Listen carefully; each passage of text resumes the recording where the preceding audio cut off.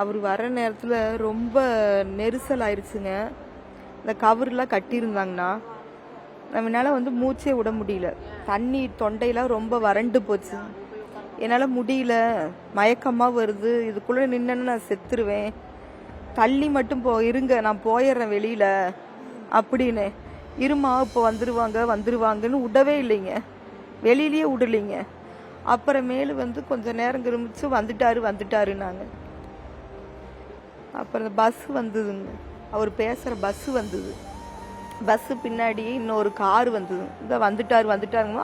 அந்த பஸ்ஸுக்கு பின்னாடியே வந்து இல்லை கும்பலாக நிறையா வந்து அந்த வந்தவங்களாம் ஒரே தள்ளிக்கிட்டு போனதாங்க. அப்படியே தள்ளி தள்ளி தள்ளி தள்ளி போனதான். அப்படி நல்லா குப்பரை விழுந்துட்டேங்க. இந்த காலு மேலேயே ஒரு ஆள் அப்படியே காலு மேலேயே படுத்து கால் இங்கிட்ட அங்கிட்ட அசைக்கவே முடியலைங்க. குப்பரை படுத்துட்டேன்.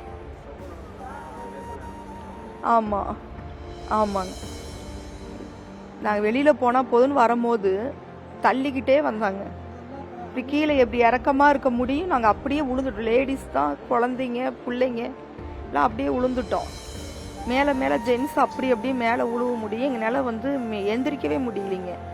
இதுதான் இல்லை.